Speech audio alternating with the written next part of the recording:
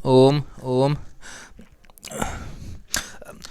आज हम ल्यूसियंस का जो वस्तुनिष्ठ सामान्य ज्ञान है उनको देखेंगे। जो हिस्ट्री का हिस्ट्री का ऑब्जेक्टिव क्वेश्चन को देखेंगे, जो पेज नंबर कितना 61 से लेकर 70 तक के प्रश्नों को देखेंगे। अर्थात 61 से 70 तक जितने प्रश्नों हैं उन प्रश्नों को देखेंगे, जो कि बहुत बेहद ही अति महत्वपूर्ण प्रश्न हैं। और आप इस वीडियो के माध्यम से पढ़िए, आपको बहुत सारा फ़ायदा होगा। जैसे कि 10 पेज हम पढ़ेंगे, लगभग कितना सवा घंटा में 10 पेज को ख़त्म करेंगे। ठीक है, अगर आप अपना से पढ़िएगा ख़त्म हो सकता है, लेकिन हर कोई से नहीं हो पाता है। ठीक है, बहुत ज़्यादा मेहनत लगता है। ठीक है, अगर आप वीडियो चला कर देखते हैं, सामने रख दीजिए, या किताब से ही पढ़िए या फिर वीडियो से ही पढ़िए, तो आप आराम से आपका हो जाएगा। आप सवा घंटा में लगभग 250 से 300 क्वेश्चन इसमें दिया गया है 10 पेज में। ठीक है, उतने क्वेश्चन को 250 से 300 क्वेश्चन को आप 2 बार पढ़ लेते हैं।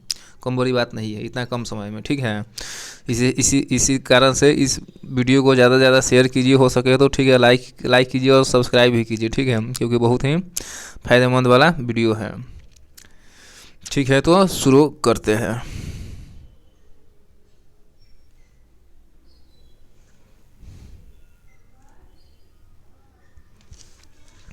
निम्न मुस्लिम शासकों में किस एक को उसकी धर्मनिरपेक्षता में आस्था के कारण उसकी मुस्लिम प्रजा जगत गुरु कहकर पुकारती थी? इब्राहिम आदिल शाह। मुस्लिम शासकों में किस मुस्लिम शासकों में इब्राहिम आदिल शाह को उसकी धर्मनिरपेक्षता में आस्था के कारण उसकी पुलिस प्रजा जगत गुरु कहकर पुकारती थी? इब्राहिम आदिल शाह को। तुलु वंश के अंतिम शासक सदाशिव राय के समय में वास्तविक सत्ता किसके हाथ में थी? राम राय या राम राजा के? तुलु वंश के अंतिम शासक सदाशिव राय के समय में वास्तविक सत्ता किसके हाथ में थी? राम राय या राम राजा के हाथ में? भारतीय इतिहास के सर्वाधिक विनाशकारी युद्धों में से एक राक्षस तगरी का युद्ध, टालीकोटा का युद्ध, बत्री हट्टी का युद्ध 23 जनवरी 1565 के समय विजयनगर साम्राज्य का शासक कौन था? सदाशिव राय। भारतीय इतिहास के सर्वाधिक विनाशकारी युद्धों में से एक राक्षस तंगरी का युद्ध, टालीकोटा का युद्ध, बनी हट्टी का युद्ध 23 जनवरी 1565 के समय विजयनगर साम्राज्य का शासक कौन था? सदाशिव राय। टालीकोटा का युद्ध का कारण था रामराय के दक्षिणी सल्तनतों के साथ धर्मपूर्ण व्यवहार और उनकी अंतर्राष्ट्रीय रणनीति में हस्तक्षेप एवं विजयनगर के प्रति दक्षिणी सल्तनतों की सामान्य ईर्ष्या एवं घृणा की भावना। टालीकोटा का युद्ध का कारण था रामराय का दक्षिणी सल्तनतों के साथ धर्मपूर्ण व्यवहार और उनकी अंतर्राष्ट्रीय राजनीति में हस्तक्षेप एवं विजयनगर के प्रति दक्षिणी सल्तनतों की समान ईर्ष्या व घृणा की भावना।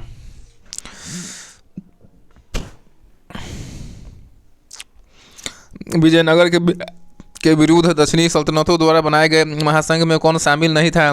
बरार। विजयनगर के विरुद्ध दक्षिणी सल्तनतों द्वारा बनाए गए महासंघ में कौन शामिल नहीं था? बरार। विजयनगर के विरुद्ध दक्षिणी सल्तनतों द्वारा बनाए गए महासंघ में बीजापुर, अहमदनगर एवं गोलकुंडा शामिल था। विजयनगर के विरुद्ध दक्षिणी सल्तनतों द्वारा बनाए गए महासंघ में बीजापुर, अहमदनगर एवं गोलकुंडा शामिल था। किस युद्ध को विजयनगर साम्राज्य के शानदार युद्ध का अंत माना जाता है? टालीकोटा का युद्ध को। किस युद्ध को विजयनगर साम्राज्य के शानदार युग का अंत माना जाता है? टालीकोटा के युद्ध को। किस यात्री ने टालीकोटा युद्ध 1565 के बाद विजयनगर साम्राज्य का भ्रमण किया और इस राजकीय नगर के विनिष्ट वैभव पर टिप्पणी किया? सीजर फ्रेडरिक ने। किस यात्री ने टालीकोटा युद्ध 1565 के बाद विजयनगर साम्राज्य का भ्रमण किया और इस राजकीय नगर के विनष्ट वैभव पर टिप्पणी की? सीजर फ्रेडरिक ने।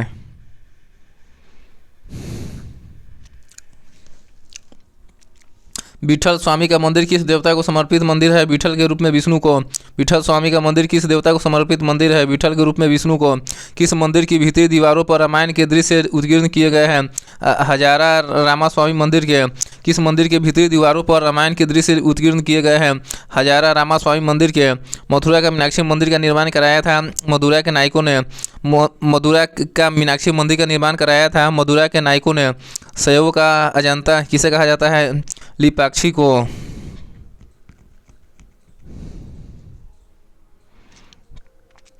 शैवों का अजंता किसे कहा जाता है? लिपाक्षी को। सूची को सूची 2 के साथ सम्मिलित कीजिए। बरवा, उत्तर भारत से आकर दक्षिण भारत में बसने वाले लोग थे। बरवा, उत्तर भारत से आकर दक्षिण भारत में बसने वाले लोग थे। वेशवेग, दासों का क्रय विक्रय करते थे। वेशवेग, दासों के क्रय विक्रय करते थे। राय, विजयनगर काल में राजा को कहा जाता था। राय, विजयनगर काल में राजा को राय कहा जाता था। गणपेंद्र, पैर में पहनना जाने वाला सामान सूचक करा। गंडपेंद्र, पैर में पहना जाने वाला सामान सूचक करा। गंडपेंद्र, पैर में पहना जाने वाला सामान सूचक करा। राय, विजयनगर काल में राजा को राय कहा जाता था। वेशवेग, दासों का क्रय विक्रय। बरवा, उत्तर भारत से आकर दक्षिण भारत में बसने वाले लोग को कहा जाता था। इस प्रकार इसका आंसर ए होगा।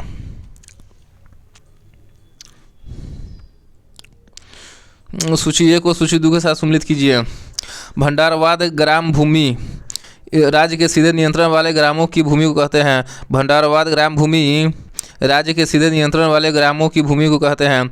मान्या भूमि, राज्य द्वारा कर मुक्त की मान्यता प्राप्त भूमि को कहते हैं। मान्या भूमि, राज्य द्वारा कर मुक्त की मान्यता प्राप्त भूमि को कहते हैं। अमरम भूमि, सैनिक व असैनिक अधिकारियों को उनकी सेवा के बदले में दी जाने वाली भूमि को कहते हैं। अमरन भूमि, सैनिक व असैनिक अधिकारियों को उनकी सेवा के बदले में दी जाने वाली भूमि को कहते हैं। रथकोरगे भूमि, युद्ध में शौर्य प्रदर्शित करने वाले को दी जाने वाली भूमि को कहते हैं। रथकोरगे भूमि, युद्ध में शौर्य प्रदर्शित करने वाले को दी जाने वाली भूमि को कहते हैं। भंडारवाद ग्राम भूमि, राजा के सीधे नियंत्रण वाले ग्रामों की भूमि को कहते हैं। मान्या भूमि, राज्य द्वारा कर मुक्त की मान्यता प्राप्त भूमि को कहते हैं। अमरन भूमि, सैनिक व असैनिक अधिकारियों को उनकी सेवा के बदले में दी जाने वाली भूमि को कहते हैं। रथकोरगे भूमि, युद्ध में शौर्य प्रदर्शित करने वाले को दी जाने वाली भूमि को कहते हैं। इस प्रकार इसका आंसर ये होगा। वीर पंचाल का अर्थ है दस्तकार वर्ग। वीर पंचाल का अर्थ है दस्तकार वर्ग। कौन सम्मिलित नहीं है? मान्या भूमि राज्य के सीधे नियंत्रण वाले ग्रामों की भूमि कहती है, गलत है। उम्बली भूमि, गांव के कुछ विशेष सेवाओं के बदले में दी जाने वाली कर मुक्त भूमि को कहते हैं। उम्बली भूमि, गांव के कुछ विशेष सेवाओं के बदले में दी जाने वाली कर मुक्त भूमि को कहते हैं। कुटगी भूमि, पट्टे पर ली गई भूमि को कहते हैं। कुटगी भूमि, पट्टे पर ली गई भूमि को कहते हैं। कुडी भूमि, कृषक मजदूर को कहते हैं। कुडी भूमि, कृषक मजदूर को कहते हैं। मराठा कालीन पेशवा के समतुल्य विजयनगर का केंद्रीय प्रशासनिक पद था प्रधानी या महाप्रधानी। मराठा कालीन पेशवा के समतुल्य विजयनगर का केंद्रीय प्रशासनिक पद था प्रधानी या महाप्रधानी। सूची ए को सूची दो के साथ सम्मिलित कीजिए। सूची ए का सूची दो। सभानायक मंत्रिपरिषद के अध्यक्ष को कहते हैं। सभानायक मंत्रिपरिषद के अध्यक्ष को कहते हैं। सभानायक मंत्रिपरिषद के अध्यक्ष को कहते हैं। सर्वनायक मुख्य सचिव कहते हैं। सर्वनायक मुख्य सचिव को कहते हैं। सर्वनायक मुख्य सचिव को कहते हैं। माननीय प्रधानतम गृह मंत्री कहते हैं। माननीय प्रधानम गृह मंत्री को कहते हैं। माननीय प्रधानम गृह मंत्री कहते हैं। मुद्राकर्ता शाही मुद्रा को रखने वाला को कहते हैं। मुद्राकर्ता शाही मुद्रा को रखने वाला को कहते हैं। मुद्राकर्ता शाही मुद्रा को रखने वाला को कहता है। इस प्रकार इसका आंसर ए होगा। निम्न में से किस काल में प्रशासन में न्यायंकार व्यवस्था एवं आयंकार व्यवस्था प्रचलित थी? विजयनगर काल में। किस काल में प्रशासन में न्यायंकार व्यवस्था एवं आयंकार व्यवस्था प्रचलित थी? विजयनगर काल में। अमरम का अर्थ है जागीर। अमरम का अर्थ है जागीर। विजयनगर काल में ग्रामीण शासकीय इकाई प्रशासन के लिए 12 व्यक्तियों को नियुक्त किया जाता था, जिसे कहा जाता था आयंगार। विजयनगर काल में ग्रामीण शासकीय इकाई प्रशासन के लिए 12 व्यक्तियों को नियुक्त किया जाता था, जिसे कहा जाता था अयंगार। शिष्ट का अर्थ था भूमिकर। शिष्ट का अर्थ था भूमिकर। विजयनगर साम्राज्य में सैनिक विभाग किस नाम से जाना जाता था? कदाचार। विजयनगर साम्राज्य में सैनिक विभाग किस नाम से जाना जाता था? कदाचार। तेलुगु के कवित्रय में शामिल नहीं था तिरुवल्लुवर। तेलुगु के कवित्रय में शामिल नहीं था तिरुवल्लुवर। तेलुगु के कवित्रय में शामिल है नानय, टीकन एवं येरा प्रगड। तेलुगु के कवित्रय में शामिल है नानय, टीकन एवं येरा प्रगड।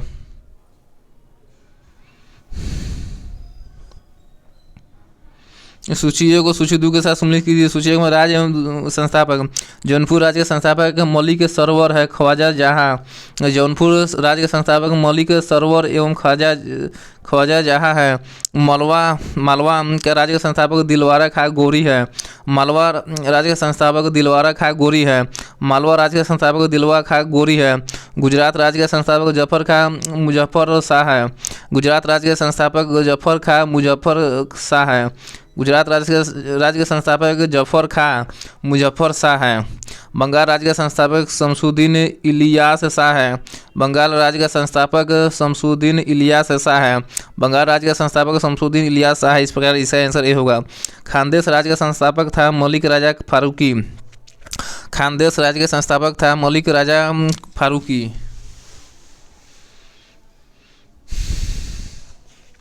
तैमूरलंग के आक्रमण 1398 ईस्वी के बाद गंगा की घाटी में स्थापित होने वाला राज्य था जौनपुर। तैमूरलंग के आक्रमण 1398 ईस्वी के बाद गंगा घाटी में स्थापित होने वाला राज्य था जौनपुर। कहा कि शासक की उपाधि सुल्तान उस स्वर्गपुर का स्वामी थी जौनपुर।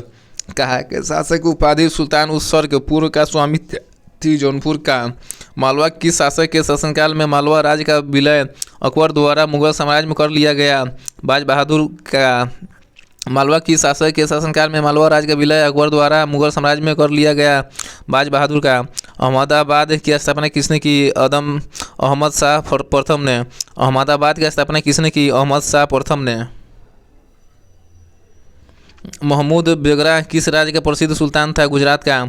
महमूद बेगरा किस राज्य का प्रसिद्ध सुल्तान था? गुजरात का।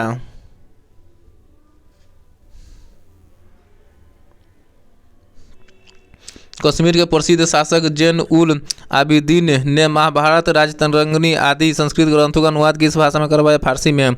कश्मीर के प्रसिद्ध शासक जैन उल आबिदीन ने महाभारत, राजतरंगिणी आदि संस्कृत ग्रंथों का अनुवाद किस भाषा में कराया? फारसी में। कश्मीर के किस शासक को कश्मीरी बादशाह महान सुल्तान के नाम से याद करते हैं? जैन उल आबिदीन को। कश्मीर के किस शासक को कश्मीरी बादशाह महान सुल्तान के नाम से याद करते हैं? जैन उल आबिदीन को। महाभारत का बंगला में अनुवाद बंगाल के किस सुल्तान ने कराया? नुसरत शाह ने। महाभारत का बंगला में अनुवाद बंगाल के किस सुल्तान ने कराया? नुसरत शाह ने। निम्नलिखित में से भारत का पहला मुस्लिम शासक कौन था जिसे हिंदुओं से जजिया कर न लेने का आदेश दिया? अलाउद्दीन हसन बहमन शाह ने। भारत का पहला मुस्लिम शासक कौन था जिसने हिंदुओं से जजिया कर न लेने का आदेश दिया? अलाउद्दीन हसन बहमन शाह ने। किस बहमनी शासक ने प्रसिद्ध सूफी मोहम्मद गेसूदराज बंदानवाज को भू अनुदान दिया? ताजुद्दीन फिरोज को। किस बहमनी शासक ने प्रसिद्ध सूफी मोहम्मद गेसूदराज बंदानवाज को भू अनुदान दिया? ताजुद्दीन फिरोज को। बहमनी साम्राज्य को किसने चरमोत्कर्ष पर पहुंचाया? महमूद गावा ने। बहमनी साम्राज्य को किसने चरमोत्कर्ष पर पहुंचाया? महमूद गावा ने।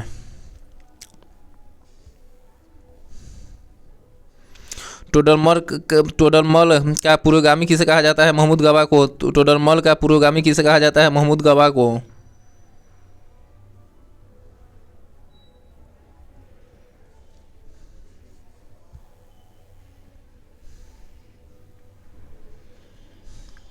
बहमनी राज्य का कितने राज्यों में विभाजन हुआ है? 5। बहमनी राज्य का कितने भागों में विभाजन हुआ है? 5। बहमनी साम्राज्य में सबसे पहले कौन राज्य स्वतंत्र हुआ? बरार। बहमनी साम्राज्य में सबसे पहले कौन राज्य स्वतंत्र हुआ? बरार।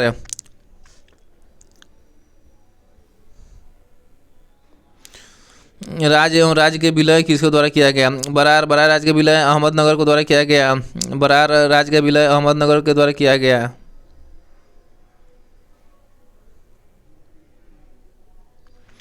अहमदनगर राज्य का विलय शाहजहां के द्वारा किया गया। अहमदनगर राज्य का विलय शाहजहां के द्वारा किया गया। बीजापुर व गोलकुंडा का विलय औरंगजेब के द्वारा किया गया।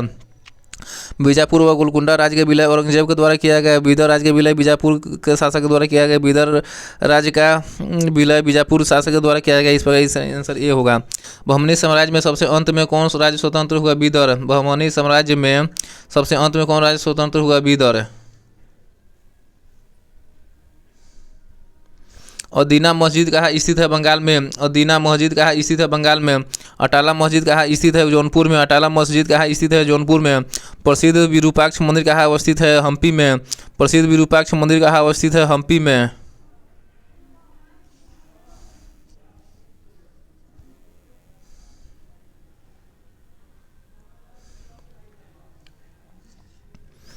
छोटा सोना मस्जिद बंगाल में है। छोटा सोना मस्जिद बंगाल में है।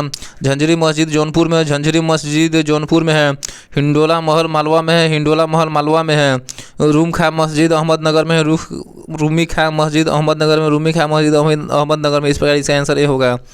कृष्णदेव राय का उड़ीसा के शासक प्रताप रुद्र गजपति के विरुद्ध अभियान को किस इतिहासकार ने 16वीं सदी के भारतीय इतिहास की सबसे शानदार सैनिक घटना कहा है? नीलकंठ शास्त्री ने।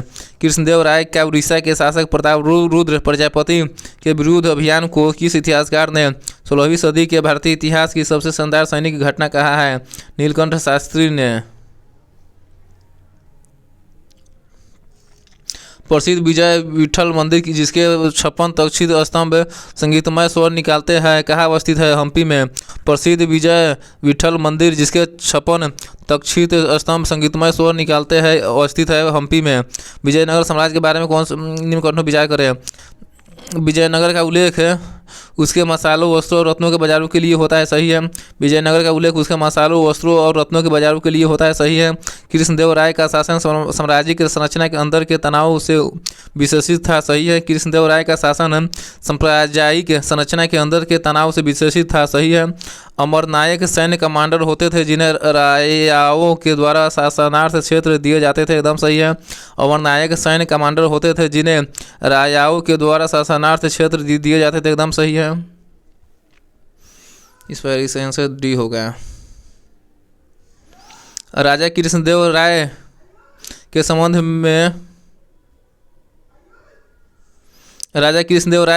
में निम्न में से कौन सा कथन सही नहीं है? उन्होंने अपनी सर्वश्रेष्ठ कृति अमुक्तमाल्यद की रचना संस्कृत में की, यह सही नहीं है। राजा कृष्णदेव राय वे तेलुगु व संस्कृत के एक बड़े विद्वान से, सही है। वे तेलुगु व संस्कृत के बड़े विद्वान थे, कृष्णदेव राय, सही है। विदेशी यात्री पेश और नूनिज उनके दरबार में आए थे, सही है। कृष्णदेव राय के दरबार में विदेशी यात्री पेश व नूनिज उनके दरबार में आए थे, सही है।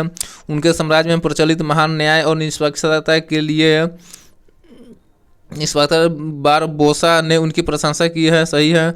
उनके साम्राज्य में प्रचलित महान न्याय और निष्पक्षता के लिए बारबोसा ने राजा कृष्णदेव राय को ही प्रशंसा की, एकदम सही है।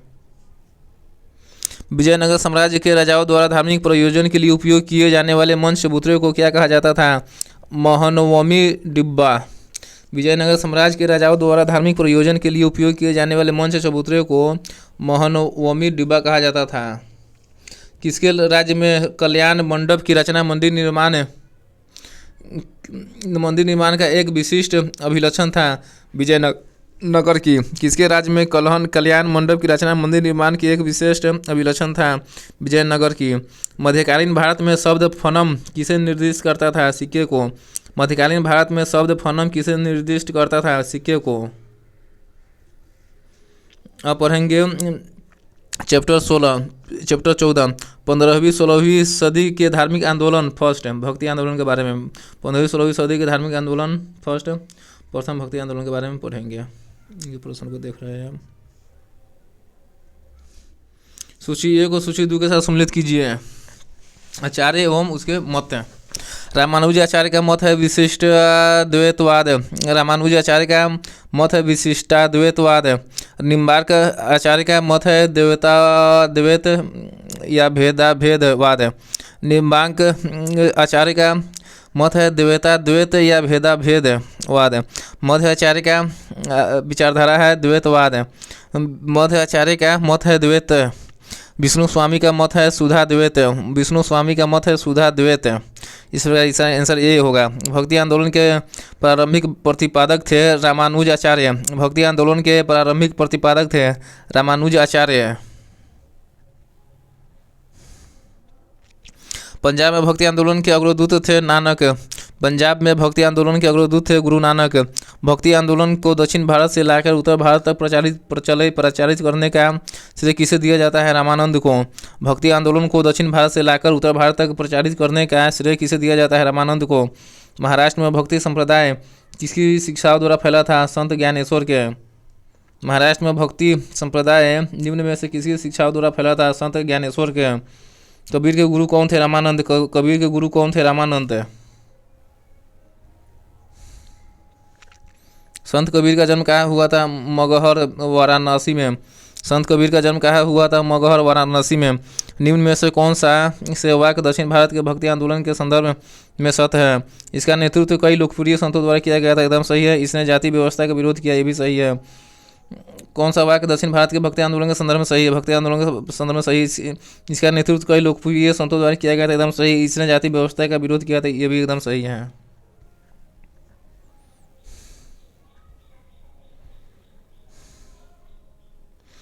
चैतन्य महाप्रभु किस संप्रदाय से जुड़े थे? गौड़ीय संप्रदाय से। चैतन्य महाप्रभु किस संप्रदाय से जुड़े थे?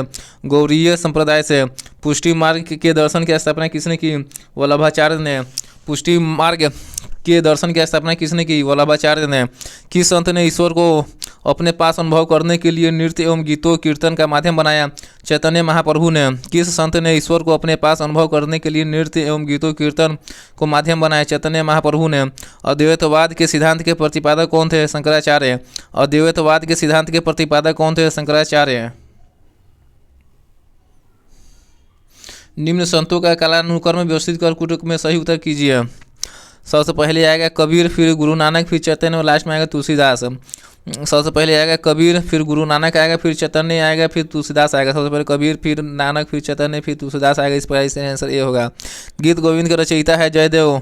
गीत गोविंद का रचयिता है जयदेव। भक्ति आंदोलन के दौरान असम में किसने इस आंदोलन का प्रतिनिधित्व किया? शंकरदेव ने। भक्ति आंदोलन के दौरान असम में किसने इस आंदोलन का प्रतिनिधित्व किया? शंकरदेव ने। गुरु नानक का धर्म उपदेश है मानव बंधुत्व का। गुरु नानक का धर्म उपदेश है मानव बंधुत्व का। शंकराचार्य द्वारा स्थापित मठ है सूची स्तर।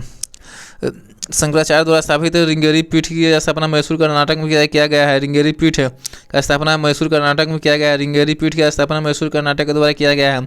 गोवर्धन पीठ की स्थापना पूरी उड़ीसा में किया गया है। गोवर्धन पीठ की स्थापना पूरी उड़ीसा में किया गया है। गोवर्धन पीठ की स्थापना पूरी उड़ीसा में किया गया है। ज्योतिष पीठ की स्थापना बद्रीनाथ उत्तर प्रदेश में किया गया है। ज्योतिष पीठ का स्थापना बद्रीनाथ उत्तर प्रदेश में किया गया है। ज्योतिष पीठ का स्थापना बद्रीनाथ उत्तर प्रदेश में किया गया है। शारदा पीठ का स्थापना द्वारका गुजरात में किया गया है। शारदा पीठ का स्थापना द्वारका गुजरात में किया गया है। शारदा पीठ का स्थापना द्वारका गुजरात में किया गया है। ये सभी शंकराचार्य द्वारा स्थापित क्या है? मठ है।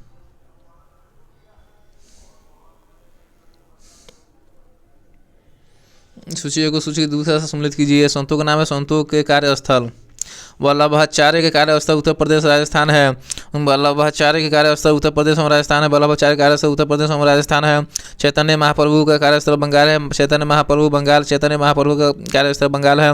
मीराबाई का राजस्थान। मीराबाई का राजस्थान। मीराबाई का कार्यस्थल राजस्थान में है। नामदेव महाराष्ट्र। नामदेव महाराष्ट्र। नामदेव का कार्यस्थल महाराष्ट्र में है। इस प्रकार इसका आंसर ये होगा। निम्न में से किस भाषा को लोकप्रिय बनाने में कवि चंडीदास का योगदान है? बंगाली। किस भाषा को लोकप्रिय बनाने में कवि चंडीदास का महत्वपूर्ण योगदान है? बंगाली भाषा को। सूची ए को सूची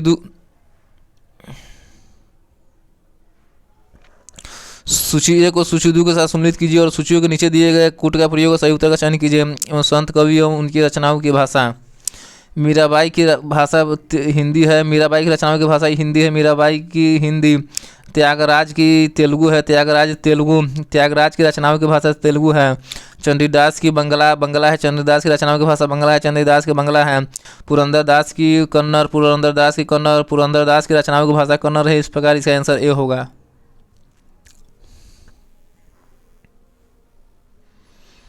भक्ति को दार्शनिक आधार प्रदान करने वाले प्रथम आचार्य थे रामानुजाचार्य। भक्ति को दार्शनिक आधार प्रदान करने वाले प्रथम आचार्य थे रामानुजाचार्य। महापुरुषीय धर्म एक शरण संप्रदाय के संस्थापक थे शंकरदेव। महापुरुषीय धर्म एक शरण संप्रदाय के संस्थापक थे शंकरदेव।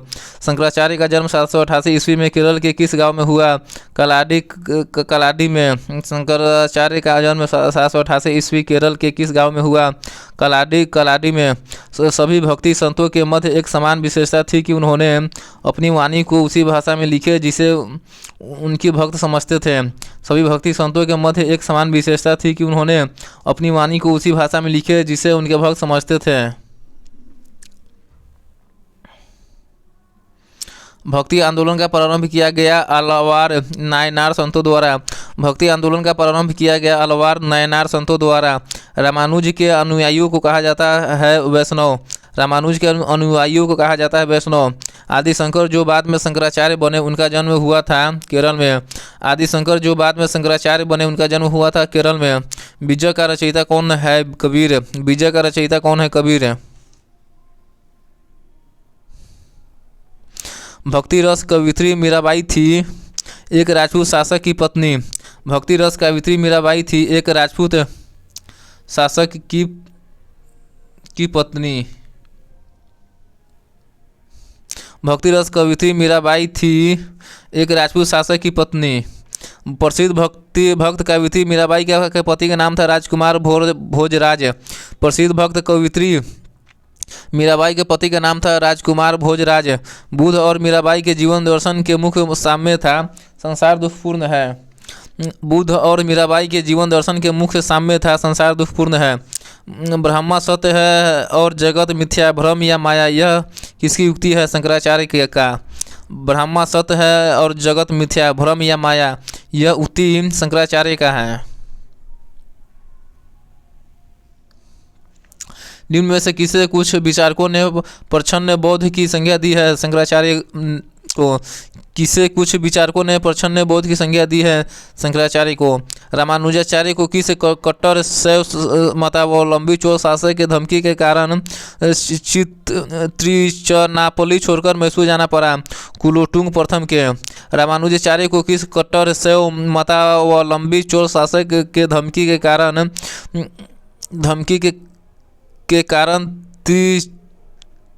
त्रिचनापल्ली छोड़कर मैसूर जाना पड़ा? कुलोतुंग प्रथम के। रामानुजाचार्य को होयसल वंश के जैन धर्मावलंबी शासक विठिग को वैष्णव धर्मावलंबी बनाने में सफलता मिली। विठिग ने अपनी नाम बदलकर क्या रखा? विष्णुवर्धन। रामानुजाचार्य को होयसल वंश के जैन धर्मावलंबी शासक विठिग को वैष्णव धर्मावलंबी बनाने में सफलता मिली। विठिग ने अपना नाम बदलकर क्या रखा? विष्णुवर्धन। किसने भक्ति के क्षेत्र में शूद्रों को भगवत दर्शन व मोक्ष का अधिकार देकर उन्हें इस्लाम धर्म स्वीकार करने से रोका? रामानुजाचार्य ने। किसने भक्ति के क्षेत्र में शूद्रों को भगवत दर्शन व मोक्ष का अधिकार देकर उन्हें इस्लाम धर्म स्वीकार करने से रोका? रामानुजाचार्य ने।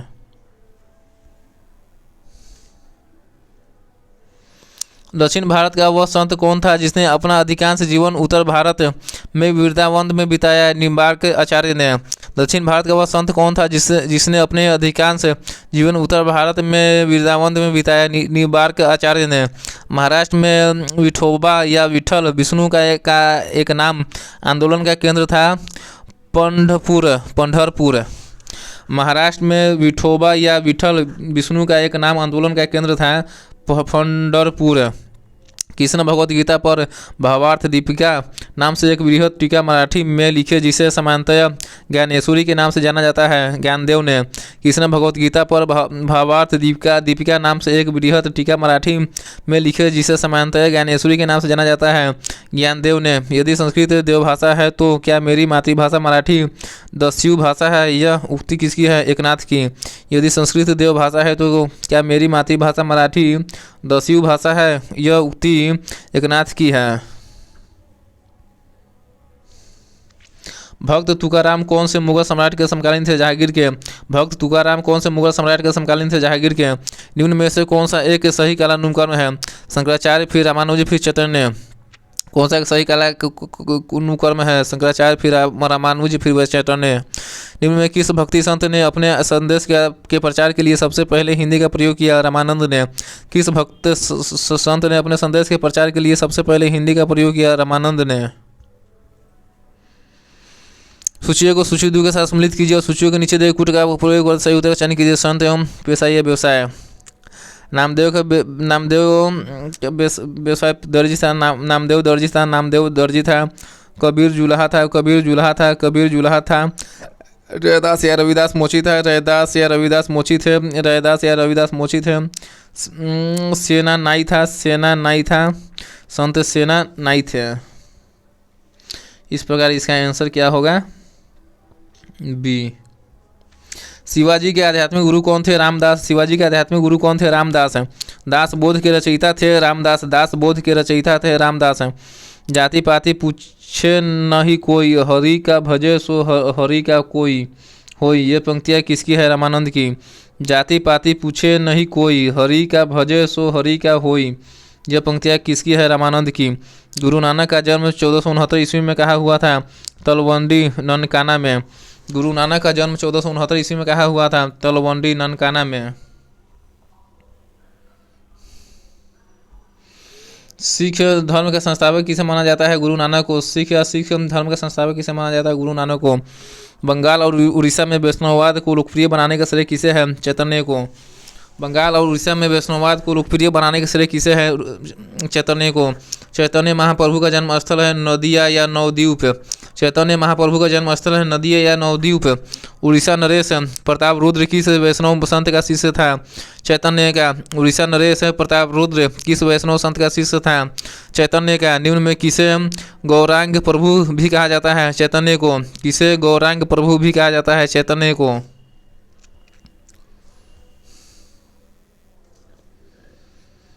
पेज नंबर 65 को देखेंगे। रचना एवं रचनाकार। पदावली का रचयिता है विद्यापति। पदावली विद्यापति। पदावली के रचनाकार है विद्यापति। रामचरितमानस के रचनाकार है तुलसीदास। रामचरितमानस तुलसीदास। रामचरितमानस के रचनाकार है तुलसीदास। सूरसागर का रचयिता है सूरदास। सूरसागर का रचयिता है सूरदास। सूरसागर का रचयिता है सूरदास। विजय का रचयिता है कबीरदास। विजय का रचयिता है कबीरदास। विजय का रचयिता है कबीरदास। इसका आंसर बी होगा। आलसियों का मूल मंत्र अजगर करे न चकारी, पंछी करे न काम का रचयिता है मलुकदास। आलसियों का मूल मंत्र अजगर करे न चाकरी, पंछी करे न काम का रचयिता है मलुकदास। महात्मा गांधी के प्रिय भजन वैष्णव जन तो तेने कहिए जो पीर पराई जाने के रचयिता है नरसिंह या नरसिंह मेहता। महात्मा गांधी के प्रिय भजन वैष्णव जन तो तेने कहिए जो पीर पराई जाने रे के रचयिता है नरसिंह या नरसिंह मेहता। नरसिंह मेहता गुजरात के प्रसिद्ध संत थे। नरसिंह मेहता गुजरात के प्रसिद्ध संत थे। मुगल शासक मोहम्मद शाह रंगीला किस संप्रदाय के अनुयायी था? शिव नारायण के। मुगल शासक मोहम्मद शाह रंगीला किस संप्रदाय का अनुयायी था? शिव नारायण के। असम का चैतन्य किसे कहा जाता है? शंकरदेव को। असम का चैतन्य किसे कहा जाता है? शंकरदेव को। निम्न में से कौन भक्ति आंदोलन का प्रस्तावक नहीं था? नागार्जुन। निम्न में से कौन भक्ति आंदोलन का प्रस्तावक नहीं था? नागार्जुन। तुकाराम, त्यागराज और वल्लभाचार्य ये सब भक्ति आंदोलन का प्रस्तावक था। तुकाराम, त्यागराज और वल्लभाचार्य भक्ति आंदोलन का प्रस्तावक था।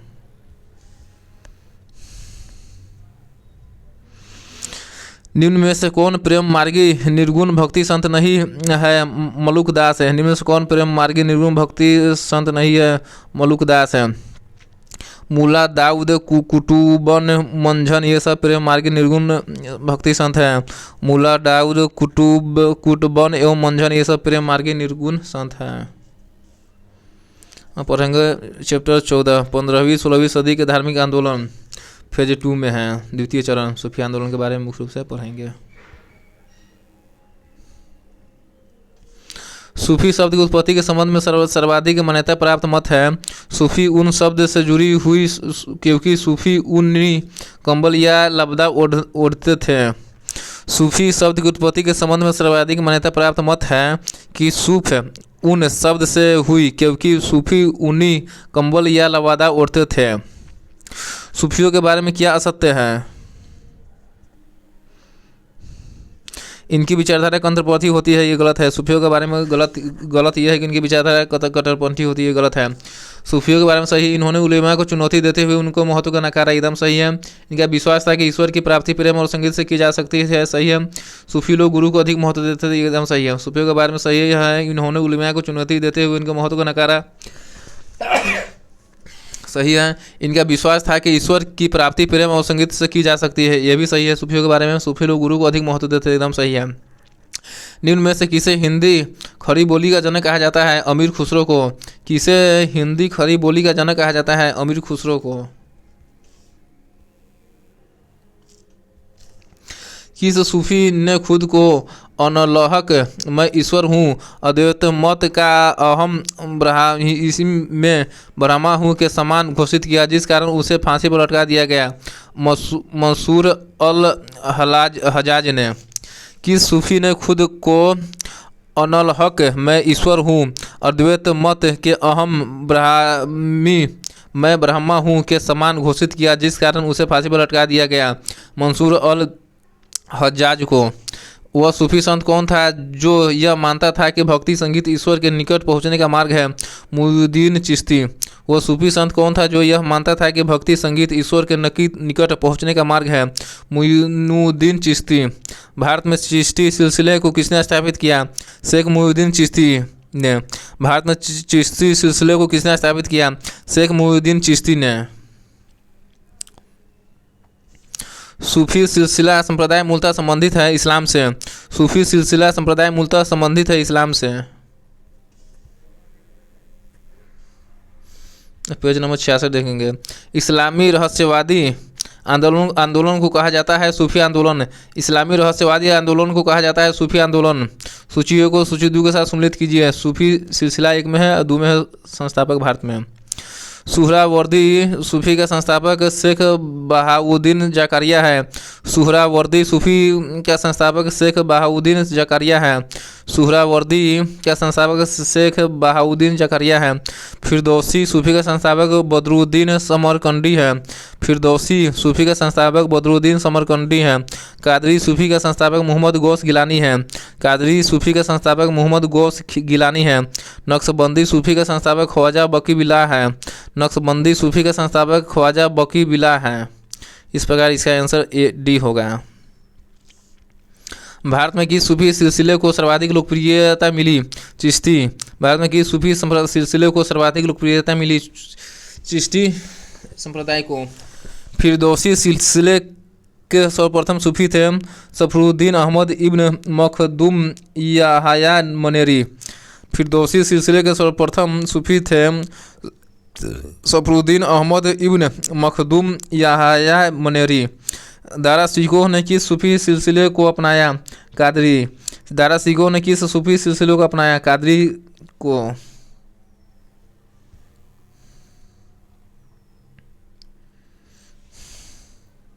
सूची 2। पीर शेख मुर्शिद गुरु या मार्गदर्शक को कहते हैं। पीर शेख मुर्शिद गुरु या मार्गदर्शक को कहते हैं। मुरीद माने शिष्य, मुरीद माने शिष्य होता है। खलीफा सूफी मत का अनुपालक को कहते हैं। खलीफा सूफी मत का अनुपालक को कहते हैं खलीफा। खानकाह सूफी संतों के निवास स्थल को कहते हैं। खानकाह सूफी संत के निवास स्थल को कहते हैं। इस पर इसका आंसर ये होगा। निम्न में कौन चिश्ती सिलसिला का नहीं है? शेख बहाउद्दीन जकारिया। ये चिश्ती सिलसिला का नहीं है। चिश्ती सिलसिला के हैं कुतुबुद्दीन बख्तियार काकी, बाबा फरीद एवं शेख हमीदुद्दीन नागौरी। चिश्ती सिलसिला के हैं कुतुबुद्दीन बख्तियार काकी, बाबा फरीद एवं शेख हमीदुद्दीन नागौरी। ये सब क्या हैं? चिश्ती सिलसिला के हैं। चिश्ती सिलसिले के किस सूफी को चिराग ए देहलवी दिल्ली का दीपक कहा जाता है? शेख नासरुद्दीन को। चिश्ती सिलसिले के किस सूफी को चिराग ए देहलवी दिल्ली का दीपक कहा जाता है? शेख नासरुद्दीन को। किस सुल्तान से निजामुद्दीन औलिया ने भेंट करने से इनकार कर दिया? जलालुद्दीन फिरोज खलजी से। निम्न में से किस सुल्तान से निजामुद्दीन औलिया ने भेंट करने से इनकार कर दिया? जलालुद्दीन फिरोज खलजी से। निम्नलिखित सूफी सिलसिलों संप्रदायों में कौन संगीत के विरुद्ध था? नक्शबंदी। सूफी सिलसिलों संप्रदायों में कौन संगीत के विरुद्ध था? नक्शबंदी। दारा सिकोह ने किस शीर्षक से उपनिषदों को का फारसी में अनुवाद किया? सीर अकबरी। दारा सिकोह ने किस शीर्षक से उपनिषदों का फारसी में अनुवाद किया? सीर अकबरी शीर्षक से। निम्नलिखित में कौन कौन सूफी थे? मुईनुद्दीन चिश्ती एवं निजामुद्दीन औलिया, ये सब सूफी थे। मुईनुद्दीन चिश्ती और निजामुद्दीन औलिया ये दोनों क्या थे? सूफी थे।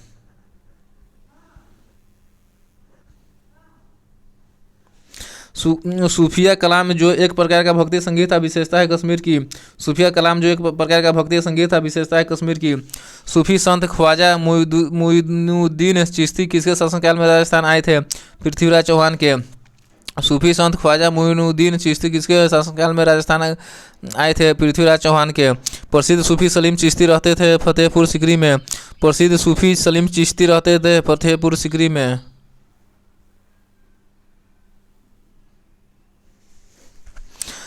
वहदत उल सुहूद भारत के द्वैतवाद जैसा सिद्धांत का समर्थक सूफी संत मुजहिद धर्म सुधारक भी कहा जाता है, और जिसे मुगल बादशाह ने इन पर आरोप पर गिरफ्तार कर लिया कि वे पाखंडी है, और यह दावा करते हैं कि आध्यात्मिक क्षेत्रों में प्रथम 3 खलीफाओं से भी आगे है। कौन था? शेख अहमद फारूक सरहिंदी।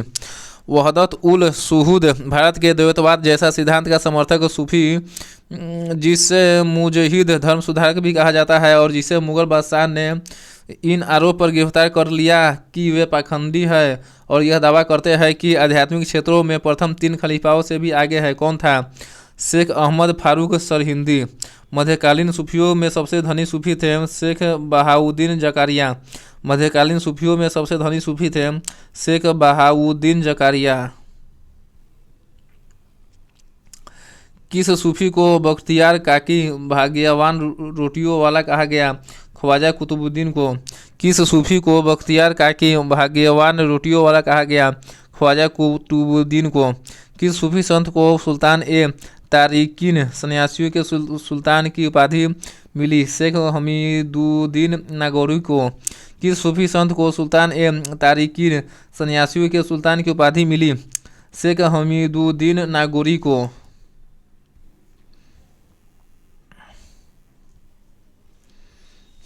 शेख फरीदुद्दीन मसूद गंज ए शकर शेख फरीद बाबा फरीद की गतिविधियों का क्षेत्र था हांसी एवं अजोधन। शेख फरीदुद्दीन मसूद गंज ए शकर शेख फरीद बाबा फरीद की गतिविधियों का क्षेत्र था हांसी एवं अजोधन। काव्य भी व्यक्ति के रूप में उर्दू का प्रयोग करने वाला पहला लेखक था अमीर खुसरो। काव्य भी व्यक्ति के रूप में उर्दू का प्रयोग करने वाला पहला लेखक था अमीर खुसरो। किस सूफी को महबूब ए इलाही अल्लाह के प्रिय कहा जाता है? शेख निजामुद्दीन औलिया को। किस सूफी को महबूब ए इलाही अल्लाह के प्रिय कहा जाता है? शेख निजामुद्दीन औलिया को। किस सूफी संत ने कहा था हनोज दिल्ली दूर हस्त अभी दिल्ली दूर है? शेख निजामुद्दीन औलिया। किस सूफी संत ने कहा था हनोज दिल्ली दूर अस्त दिल्ली अभी दूर है? शेख निजामुद्दीन औलिया ने कहा था। दक्षिण भारत में चिश्ती सिलसिले की नींव रखने वाला कौन था? शेख बुरहानुद्दीन गरीब। दक्षिण भारत में चिश्ती सिलसिले को नींव रखने वाला शेख बुरहानुद्दीन गरीब था। मिराज उल आशिकीन उर्दू शायरी की पहली किताब के सूफी रचयिता है सैयद मोहम्मद गेसूदराज बंदानवाज। मिराज उल आशिकीन उर्दू शायरी की पहली किताब के सूफी रचयिता है सैयद मोहम्मद गेसूदराज बंदानवाज। अकबर जिस सूफी संत का बड़ा आदर करता था और जिसके आशीर्वाद से शहजादा सलीम जहांगीर का जन्म हुआ वह था शेख सलीम चिश्ती। अकबर जिस सूफी संत का बड़ा आदर करता था और जिसके आशीर्वाद से शहजादा सलीम जहांगीर का जन्म हुआ वह था शेख सलीम चिश्ती।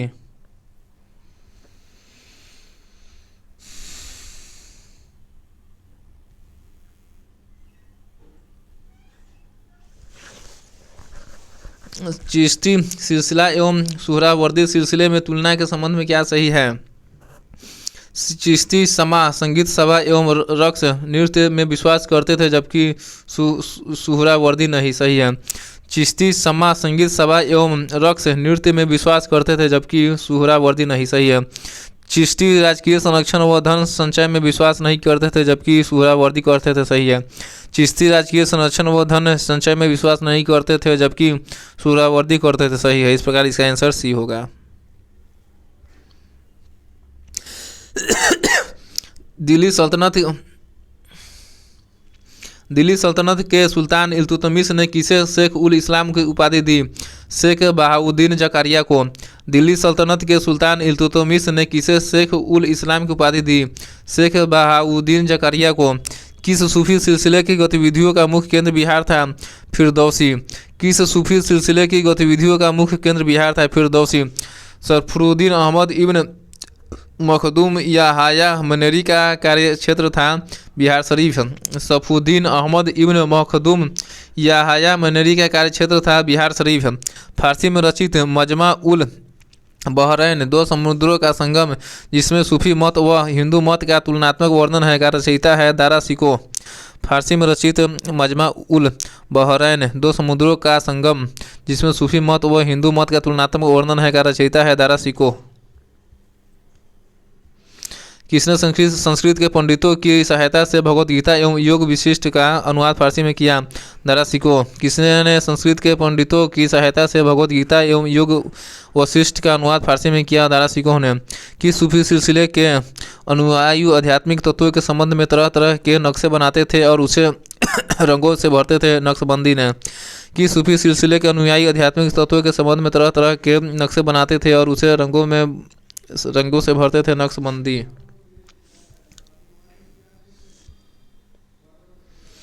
अब 67 नंबर पेज को देखेंगे। मुगल बादशाह औरंगजेब को किस सूफी सिलसिले में दिलचस्पी थी और उसे अपनाया था? नक्शबंदी। मुगल बादशाह औरंगजेब को किस सूफी सिलसिले में दिलचस्पी थी और उसे अपनाया था? नक्शबंदी। निम्न में किसे शेख उल हिंद की पदवी प्रदान की गई? शेख सलीम चिश्ती को। निम्न में किसे शेख उल हिंद की पदवी प्रदान की गई? शेख सलीम चिश्ती को। निम्नलिखित युगों में से गलत युगों को पहचानिए। औलिया मध्य प्रदेश, ये गलत है। औलिया मध्य प्रदेश, ये गलत है। चिश्ती दिल्ली व दोआब के क्षेत्र में ज़्यादा था, सही है। चिश्ती दिल्ली व दोआब के क्षेत्र में ज़्यादा था, सही है। चिश्ती दिल्ली व दोआब, सही है। सोहरावर्दी सिंध के क्षेत्र में, सही है। सोहरावर्दी सिंध के क्षेत्र में था, सही है। सोहरावर्दी सिंध के क्षेत्र में था, सही है। फिरदौसी बिहार के क्षेत्र में, सही है। फिरदौसी बिहार के क्षेत्र में, सही है। फिरदौसी बिहार, सही है। मध्ययुगीन भारत के धार्मिक इतिहास के संदर्भ में सूफी संत निम्न में से किस तरह के आचरण का निर्वाह करते थे? ध्यान साधना और श्वास नियमन, सही है। एकांत में कठोर यौगिक व्यायाम, सही है। श्रोताओं में आध्यात्मिक हर्षोन्माद उत्पन्न करने के लिए पवित्र गीतों का गायन, सही है। सही होगा। मध्ययुगीन भारत के धार्मिक इतिहास के संदर्भ में सूफी संत निम्न में से किस तरह के आचरण का निर्वाह करते थे? ध्यान साधना और श्वास नियमन, सही है। एकांत में कठोर यौगिक व्यायाम, सही है।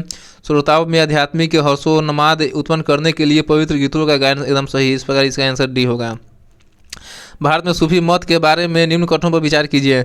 सूफी संतों की मज़ारों पर जियारत के नाम से की जाने वाली जियारत यात्रा एक महत्वपूर्ण विशेषता है, एकदम सही है। सूफी संतों की मज़ारों पर जियारत के नाम से की जाने वाली जियारत यात्रा एक महत्वपूर्ण विशेषता है, एकदम सही है। भारत में सूफियों के सर्वाधिक प्रभावशाली समूह चिश्ती थे, सही है। भारत में सूफियों के सर्वाधिक प्रभावशाली समूह चिश्ती से, सही है। ऑप्शन सी सही है इसका। अब पढ़ेंगे चैप्टर 15 यानी मुगल काल के बारे में। मुगल काल का कार्यकाल कब रहा? 1526 से 1857 ईस्वी तक मुगल का राज्य रहा। मुगल काल का समय रहा 1526 से लेकर 1857 ईस्वी तक।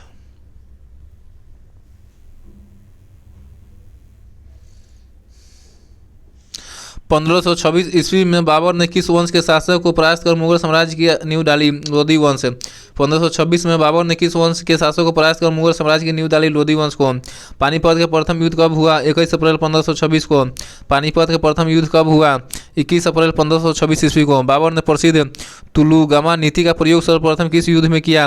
पानीपत के प्रथम युद्ध में। बाबर ने प्रसिद्ध तुलुगामा नीति का प्रयोग सर्वप्रथम किस युद्ध में किया? पानीपत के प्रथम युद्ध में। किस युद्ध में जीतने के उपरांत बाबर ने खजाने का मुंह अमीरों, संगे संबंधियों आदि के लिए खोल दिया और इस उदारता के लिए उसे कलंदर की उपाधि दी गई? पानीपत का प्रथम युद्ध 1526 ईस्वी में। किस युद्ध में जीतने के उपरांत बाबर ने खजाने का मुंह अमीरों, सगे संबंधियों आदि के लिए खोल दिया और इस उदारता के लिए उसे कलंदर की उपाधि दी गई? पानीपत का प्रथम युद्ध 1526 ईस्वी में। भारत में ग्रैंड ट्रंक रोड बनवाई थी शेरशाह सूरी ने। भारत में ग्रैंड ट्रंक रोड बनवाई थी शेरशाह सूरी ने।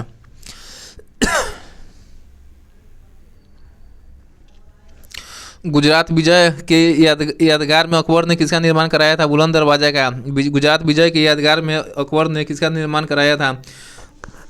बुलंद दरवाजा का। आईन अकबरी एक महान ऐतिहासिक कृति किसके द्वारा लिखी गई थी? अबुल फजल के द्वारा। आइन अकबरी एक महान ऐतिहासिक कृति किसके द्वारा लिखी गई थी? अबुल फजल के द्वारा। पानीपत की दूसरी लड़ाई 5 नवंबर 1526 में हुआ, किसके बीच हुई थी? अकबर और हेमू के बीच। पानीपत की दूसरी लड़ाई 5 नवंबर 1556 ईस्वी में हुई, जो अकबर एवं और हेमू के बीच में हुई थी। पानीपत की दूसरी लड़ाई 5 नवंबर 1556 को किसके बीच हुई? अकबर और हेमू के बीच। दीन इलाही नामक नया धर्म किसके द्वारा शुरू किया गया? अकबर के द्वारा। दीन इलाही नामक नया धर्म किसके द्वारा शुरू किया गया? अकबर के द्वारा। प्रसिद्ध मुस्लिम शासिका चांद बीबी जिसने बरार को अकबर को सौंपा, किस राज्य से संबंधित था? अहमदनगर से। प्रसिद्ध मुस्लिम शासिका चांद बीबी जिसने बरार को अकबर को सौंपा, किस राज्य से संबंधित था? अहमदनगर से।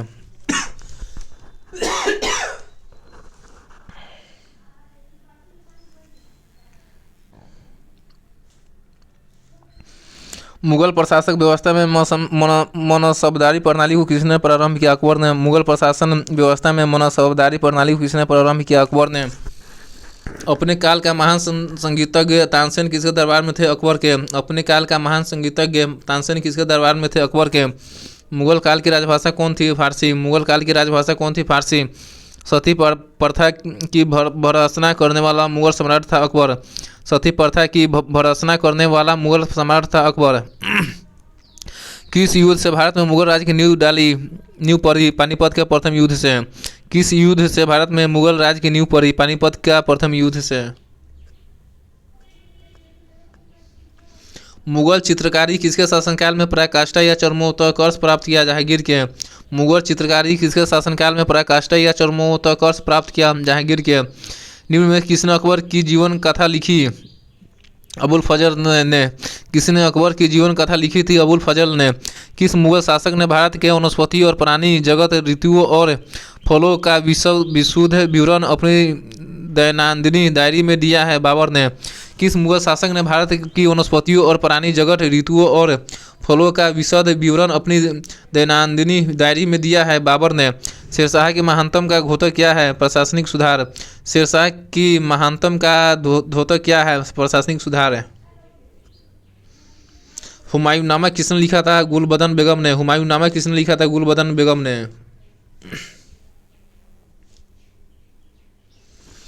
अकबर के शासन में महाभारत का फारसी भाषा में अनुवाद किया गया था, वह किस नाम से जाना जाता है? रज्मनामा। अकबर के शासन में महाभारत का फारसी भाषा में अनुवाद किया गया था, वह किस भाषा में जाना जाता है? रज्मनामा। किस मुगल सम्राट ने सैयद भाइयों को गिराया? मोहम्मद शाह ने। किस मुगल सम्राट ने सैयद भाइयों को गिराया? मोहम्मद शाह ने। कौन अंतिम मुगल सम्राट था? बहादुर शाह द्वितीय। कौन अंतिम मुगल सम्राट था? बहादुर शाह द्वितीय। अकबर के शासनकाल में भू राजस्व सुधारों के लिए कौन उत्तरदायी था? टोडरमल। अकबर के शासनकाल में भू राजस्व सुधारों के लिए कौन उत्तरदायी था? टोडरमल।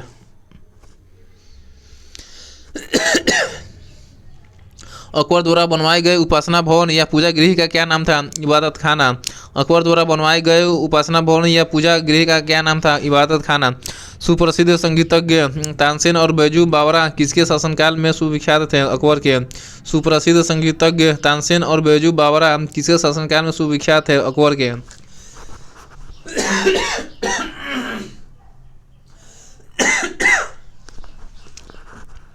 रामचरितमानस के लेखक तुलसीदास किसके शासनकाल से संबंधित है? अकबर के। रामचरितमानस के लेखक तुलसीदास किसके शासनकाल से संबंधित है? अकबर के।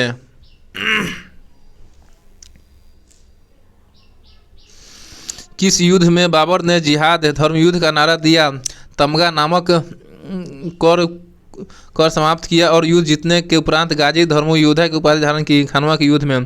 किस युद्ध में बाबर ने जिहाद धर्मयुद्ध का नारा दिया, तमगा नामक कर की छूट समाप्त किया और युद्ध जीतने के उपरांत गाजी धर्मयोद्धा की उपाधि धारण की? खानवा के युद्ध में। मुबैयान नामक पद्य शैली के जन्मदाता बाबर ने अपनी आत्मकथा तुजुक ए बाबरी किस भाषा में लिखी? तुर्की में। मुबैयान नामक पद्य शैली के जन्मदाता बाबर ने अपनी आत्मकथा तुजुक ए बाबरी किस भाषा में लिखी? तुर्की में। बाबर मूल रूप से कहाँ का शासक था? फरगाना का। बाबर मूल रूप से कहाँ का शासक था? फरगाना का। बाबर को भारत पर आक्रमण करने के लिए आमंत्रित करने वालों में कौन शामिल नहीं था? चंदेरी का शासक मेदिनी राय। बाबर को भारत पर आक्रमण करने के लिए आमंत्रित करने वालों में कौन शामिल नहीं था? चंदेरी का शासक मेदिनी राय ने नहीं था।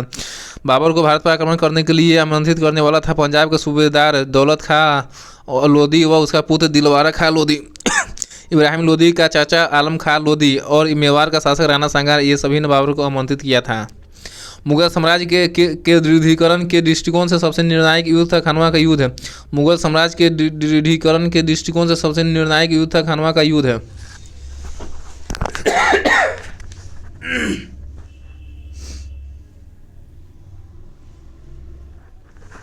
पानीपत के प्रथम युद्ध 1526 ईस्वी में इब्राहिम लोधी के द्वारा लड़ा गया। पानीपत के प्रथम युद्ध 1526 ईस्वी में बाबर और इब्राहिम लोधी के बीच लड़ा गया। खानवा का युद्ध 1527 में बाबर और राणा सांगा के बीच लड़ा गया। खानवा का युद्ध 1527 में बाबर और राणा सांगा के बीच लड़ा गया। चंदेरी का युद्ध 1528 में मेदिनी राय और बाबर के बीच लड़ा गया। चंदेरी का युद्ध 1528 में मेदिनी राय और बाबर के बीच लड़ा गया। घाघरा का युद्ध 1529 अफगानों के विरुद्ध मोहम्मद लोधी और बाबर के बीच लड़ा गया। घाघरा का युद्ध 1529 अफगानों के विरुद्ध मोहम्मद लोधी और बाबर के द्वारा लड़ा गया। पानीपत के प्रथम युद्ध 1526 ईस्वी में इब्राहिम लोधी और बाबर के बीच लड़ा गया। खानवा का युद्ध 1527 में राणा सांगा और बाबर के बीच लड़ा गया। चंदेरी का युद्ध 1528 में मेदिनी राय और बाबर के द्वारा लड़ा गया। घाघरा का युद्ध 1529 में अफगानों के विरुद्ध मोहम्मद लोधी और बाबर के बीच लड़ा गया, जिसमें सभी युद्धों में बाबर विजयी रहा। किसने मुगल साम्राज्य की राजधानी को आगरा से दिल्ली स्थानांतरित किया शाहजहां ने? किसने मुगल साम्राज्य की राजधानी को आगरा से दिल्ली स्थानांतरित की शाहजहां ने?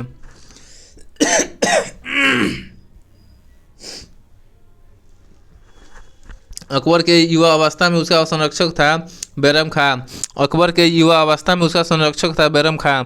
निम्न में से किस स्थान पर नादिर शाह ने चढ़ाई नहीं की कनौज पर? किस स्थान पर नादिर शाह ने चढ़ाई नहीं की थी कनौज पर? नादिर शाह ने लाहौर, करनाल और दिल्ली पर चढ़ाई की थी। नादिर शाह ने लाहौर, करनाल और दिल्ली पर चढ़ाई की थी। किसने ऐसे बाग बगीचे जिसमें बहता पानी हो के निर्माण की परंपरा की शुरुआत की थी? बाबर ने। किसने ऐसे बाग बगीचे जिसमें बहता पानी हो के निर्माण की परंपरा की शुरुआत की थी? बाबर ने। निम्न से कौन सी आत्मकथा है? तुजू के बाबरी बाबरनामा ये आत्मकथा है। तुजू के बाबरी बाबरनामा ये आत्मकथा है।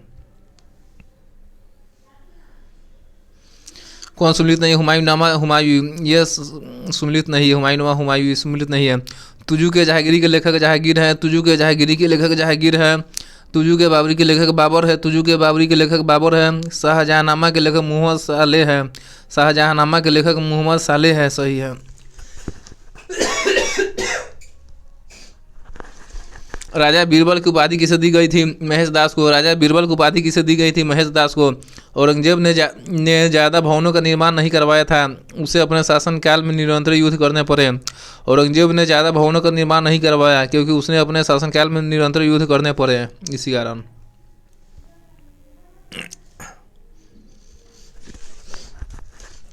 किस मुगल शासक को 2 बार राज्याभिषेक हुआ? औरंगजेब को। किस मुगल शासक को 2 बार राज्याभिषेक हुआ था? औरंगजेब को। ग्रांड ट्रंक सड़क जोड़ती है कोलकाता व अमृतसर को। ग्रांड ट्रंक शहर जोड़ती है कोलकाता व अमृतसर को। वर्ष 1526 ईस्वी में लड़ी गई पानीपत की पहली लड़ाई में बाबर से कौन पराजित हुआ था? इब्राहिम लोधी। वर्ष 1526 में लड़ी गई पानीपत की पहली लड़ाई में बाबर से कौन पराजित हुआ था? इब्राहिम लोधी। शेरशाह सूरी का मकबरा स्थित है सासाराम, बिहार में। शेरशाह सूरी का मकबरा स्थित है सासाराम में, जो बिहार में है।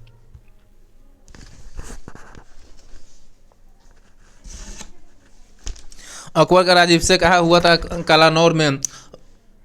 अकबर का राज्याभिषेक कहाँ हुआ था? कालानौर में। गुरु अर्जुन देव समकालीन थे जहांगीर के। गुरु अर्जुन देव समकालीन थे जहांगीर के। किस राजपूत वंश ने अकबर के सामने समर्पण नहीं किया था? सिसोदिया वंश ने। किस राजपूत वंश ने अकबर के सामने समर्पण नहीं किया था? सिसोदिया वंश ने। किस मुगल शासक को आलमगीर कहा जाता था? औरंगजेब को। किस मुगल शासक को आलमगीर कहा जाता था? औरंगजेब को। सम्राट अकबर द्वारा किसको जरी कलम की उपाधि से अलंकृत किया गया था? मोहम्मद हुसैन को। सम्राट अकबर द्वारा किसको जरी कलम की उपाधि से अलंकृत किया गया था? मोहम्मद हुसैन को। बाबर ने पहली बार पश्चिम से कहाँ होकर भारत में प्रवेश किया? पंजाब से। बाबर ने पहली बार पश्चिम से कहाँ होकर भारत में प्रवेश किया? पंजाब से।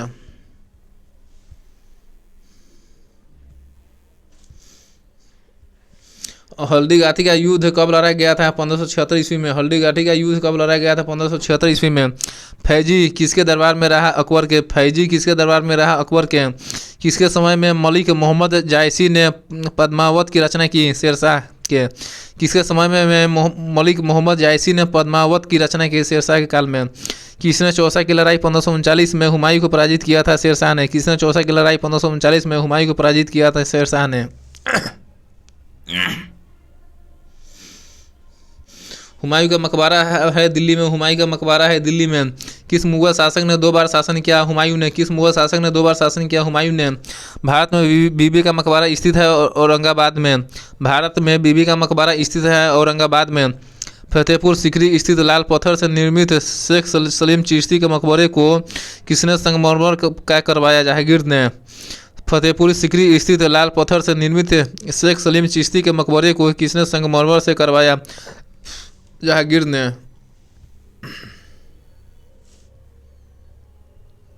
पेज नंबर 69 देखेंगे। किस मुगल शासक को पहले आगरा में दफनाया गया और बाद में उसके अफगान विधवा शव को काबुल ले गई और वहां एक बाग में दफनाया? बाबर को। किस मुगल शासक को पहले आगरा में दफनाया गया, बाद में उसके एक अफगान विधवा शव को काबुल ले गई और वहीं एक बाग में दफनाया गया? बाबर को। किस मुगल शासक को उपवनों उद्यानों में अत्यंत रुचि के कारण उपवनों का राजकुमार मालियों का मुकुट कहा गया? और बाबर को।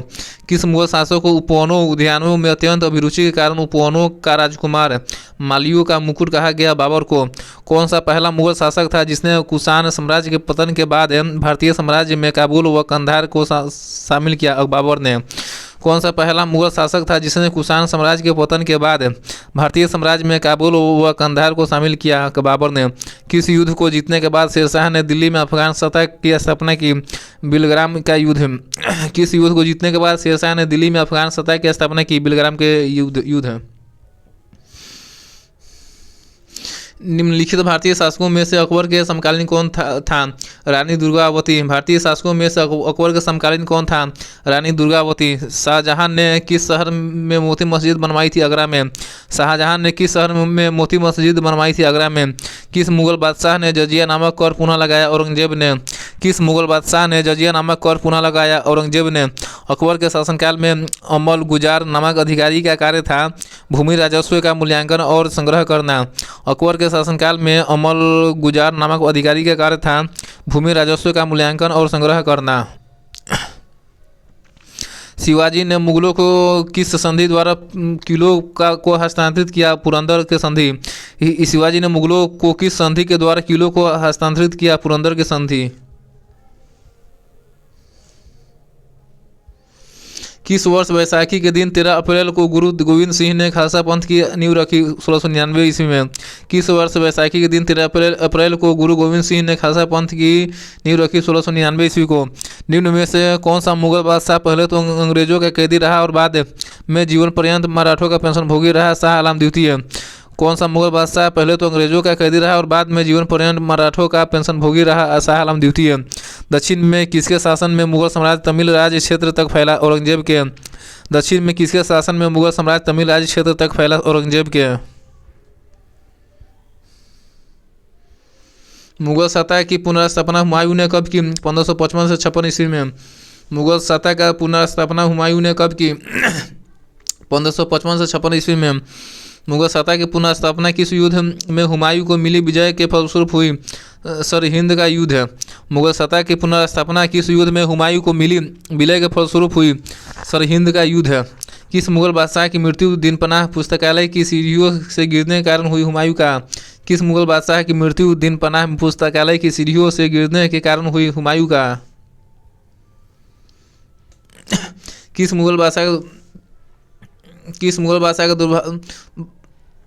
मुगल बादशाह के दुर्भाग्य पर व्यंग करते हुए लेनपुल ने लिखा है वह जीवन भर ठोकरें खाता रहा और ठोकर खाकर ही उसके जीवन का अंत हुआ? हुमायूं को।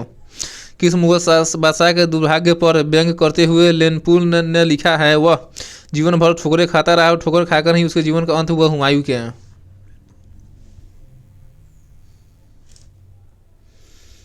आज का लास्ट पेज है 70। मुगल प्रशासन में मुहतसिब था लोक आचरण अधिकारी। मुगल प्रशासन में मुहतसिब था लोक आचरण अधिकारी। मुगल प्रशासन में मदद ए मास इंगित करता है विद्वानों को दी जाने वाली राजस्व मुक्त अनुदत्त भूमि को। मुगल प्रशासन में मदद ए मास इंगित करता है विद्वानों को दी जाने वाली राजस्व मुक्त अनुदत्त भूमि को। दस्ताना ए अमीर हमजा का चित्रांकन किसके द्वारा किया गया? अब्दुस समद के द्वारा। दस्तान ए अमीर हमजा का चित्रांकन किसके द्वारा किया गया? अब्दुस समद के द्वारा। निम्न में से किस सुल्तान ने पहले हजरत ए आला की उपाधि अपनाई और बाद में सुल्तान की? शेरशाह सूरी ने। किस सुल्तान ने पहले हजरत ए आला की उपाधि अपनाई और बाद में सुल्तान की? शेरशाह सूरी ने। निम्न में से किस मुगल बादशाह को वजीर गाजीउद्दीन ने दिल्ली में दाखिल न होने दिया? शाह आलम द्वितीय को। किस मुगल बादशाह को वजीर गाजीउद्दीन ने दिल्ली में दाखिल नहीं होने दिया? शाह आलम द्वितीय को। मसनवी जो बाबर द्वारा मुस्लिम कानून के नियमों का संग्रह है मुबाइन। मसनवी जो बाबर द्वारा मुस्लिम कानून के नियमों का संग्रह है मुबाइन। औरंगजेब द्वारा चलाए गए जिहाद का अर्थ है दार उल इस्लाम। औरंगजेब द्वारा चलाए गए जिहाद का अर्थ है दार उल इस्लाम।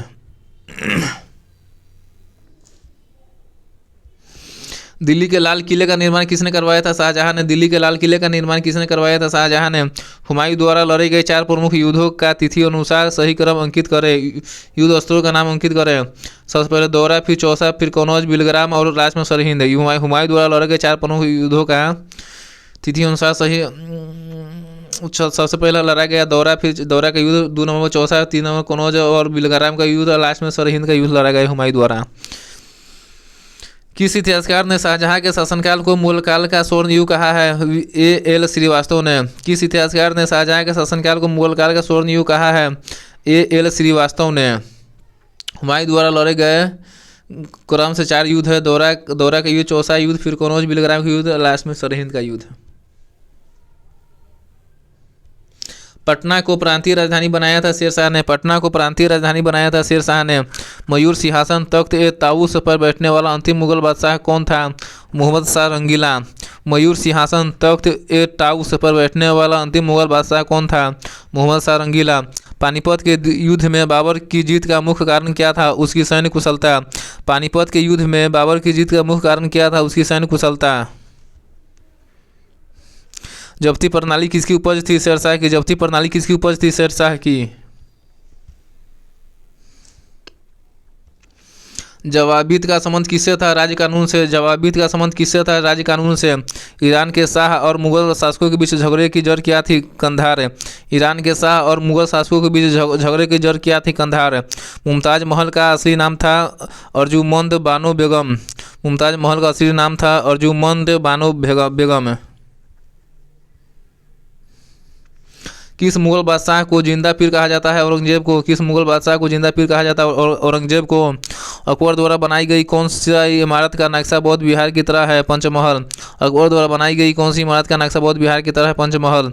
अंतिम मुगल बादशाह बहादुर शाह जफर था, उनके पिता का नाम था अकबर शाह द्वितीय। अंतिम मुगल बादशाह बहादुर शाह जफर था, उनके पिता का नाम था अकबर शाह द्वितीय।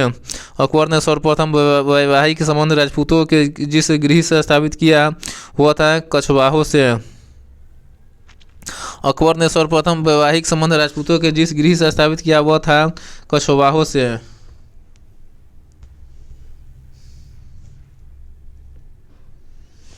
औरंगजेब ने दक्षिण में जिन 2 राज्यों को विजिट किया वे थे बीजापुर और गोलकुंडा। औरंगजेब ने दक्षिण में जिन 2 राज्यों को विजिट किया वह थे बीजापुर और गोलकुंडा। निम्न मुगल बादशाहों में किसने अपनी आत्मकथा फारसी में लिखी? और जहांगीर ने। निम्न मुगल बादशाहों में किसने अपनी आत्मकथा फारसी में लिखी? जहांगीर ने। मुगलों ने नवरोज का त्यौहार लिया पारसियों से। मुगलों ने नवरोज का त्यौहार लिया पारसियों से। कौन सा मकबरा द्वितीय ताजमहल कहलाता है? रबिया उद दौरानी का मकबरा या बीबी का मकबरा? कौन सा मकबरा द्वितीय ताजमहल कहलाता है? रबिया उद दौरानी का मकबरा या बीबी का मकबरा? किस बादशाह के अंतर्गत मुगल सेना में सर्वाधिक हिंदू सेनापति थे औरंगजेब के काल में? किस बादशाह के अंतर्गत मुगल सेना में सर्वाधिक हिंदू सेनापति थे औरंगजेब के काल में? किस इतिहासकार ने अकबर द्वारा प्रतिपादित दीन इलाही को एक नया धर्म कहा? अबुल फजल ने। किस इतिहासकार ने अकबर द्वारा प्रतिपादित दीन इलाही को एक नया धर्म कहा? अबुल फजल ने। अनवार ए सुहेली ग्रंथ किसके अनुवाद है? पंचतंत्र के। अनवार ए सुहेली ग्रंथ किसके अनुवाद है? पंचतंत्र के। जहांगीर के दरबार में पक्षियों का सबसे बड़ा चित्रकार था मंसूर। जहांगीर के दरबार में पक्षियों का सबसे बड़ा चित्रकार था मंसूर। निम्न में से किसने मुगल काल में ऐतिहासिक विवरण लिखा? गुलबदन बेगम ने। किसने मुगल काल में ऐतिहासिक विवरण लिखा था? गुलबदन बेगम ने। इस प्रकार से ये वीडियो ख़त्म हो चुका है। ये वीडियो बहुत ही महत्वपूर्ण है। ल्यूसेंट का जो हिस्ट्री इतिहास का जो ऑब्जेक्टिव क्वेश्चन है उसके लिए बहुत ही महत्वपूर्ण है। आप कोई भी एग्ज़ाम दे रहे हो, बहुत ही महत्वपूर्ण प्रश्न है। इन प्रश्नों का बार बार रिवाइज कीजिए ताकि आपके दिमाग में ज़्यादा से ज़्यादा क्वेश्चन याद हो सके, ठीक है, और आप सफल हो सके। ठीक है, इसी के साथ विदा लेते हैं। नमस्ते, जय हिंद, वंदे मातरम।